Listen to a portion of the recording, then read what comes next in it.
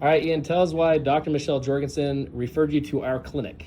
Okay, she was my dentist actually, and she was taking some x-rays of my head, my skull, and she noticed I had a deviated septum. And when she saw that, she started asking me some questions like, do I have sleep apnea, trouble, staying asleep the whole night? Yes, very much so. I'd wake up 2 to 3 times. And then she asked me about my endurance during sports, also some trouble there. I would just have to take a lot of breaks, breathe through my mouth the whole time. So she recommended I come here, open up my navel cavity, move my face bones a little bit, and that would also help the operation to get 2 dental implants go more smoothly later.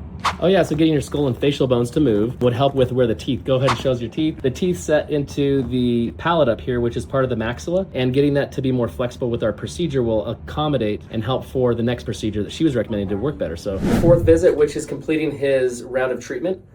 And how much better are you overall? I'd say about 80-85%. 85% better with breathing through his nose. And we're going to do today, we're going to stack on the right side, the hardest to open area, the area that was the most restricted. We're going to do a top and middle on the right side today. Breathe through your mouth. He's done this 3 times, so he knows the drill. This is really still kind of hard to get in there. I'm excited when I hear patients talk about how much better they feel, and they're consistently better breathing, in his case, better sleeping. I'm going to do a couple gentle inflations, all right? Feel that? Okay, whenever you're ready, breathe in and hold it.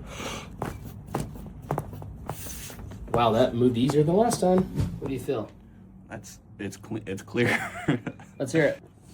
Oh yeah, does that feel good or what? It is. It's nice. Is it a temporary benefit or like a long-lasting benefit? So far, they've held up. Expanding the dura, that inner tension that can build up in there, and it becomes more flexible and relieving. Not only does the airway improve, but getting those skull and facial bones to move better improves cerebral spinal fluid flow, jaw function, where the muscles have to go through from the jaw to the skull and things like that. The difference in breathing felt like the difference between pouring something through a funnel and just pouring it straight into the jar. It was just coming straight in. I was like, wow, I've never breathed like that before. So when we have a provider like Dr. Michelle Jorgensen come in, we work in tandem, obviously, to help the holistic approach. That's really cool. What ways are you noticing it's helping you? So I've been able to sleep through the night. The last 2 weeks, I've gotten a full 8 hours of sleep. And then I also ran a 5K the other day, and I made it through most of the miles without having to breathe through my mouth, or I took a lot less breaks too. Well, that was really smart of her to be considerate of the whole person and not just recommending things that she does, but also think about what you ultimately needed to help you be healthy. And therefore you can have the best possible outcome for your overall health, not just trying to put an implant in there, but she's really helping make sure it was the best possible scenario, which took a holistic approach and some insight from her perspective, not to just push one button, but she's really looking at it comprehensively. So what do you have to say to Dr. Michelle Jorgensen for looking at things from a holistic point of view?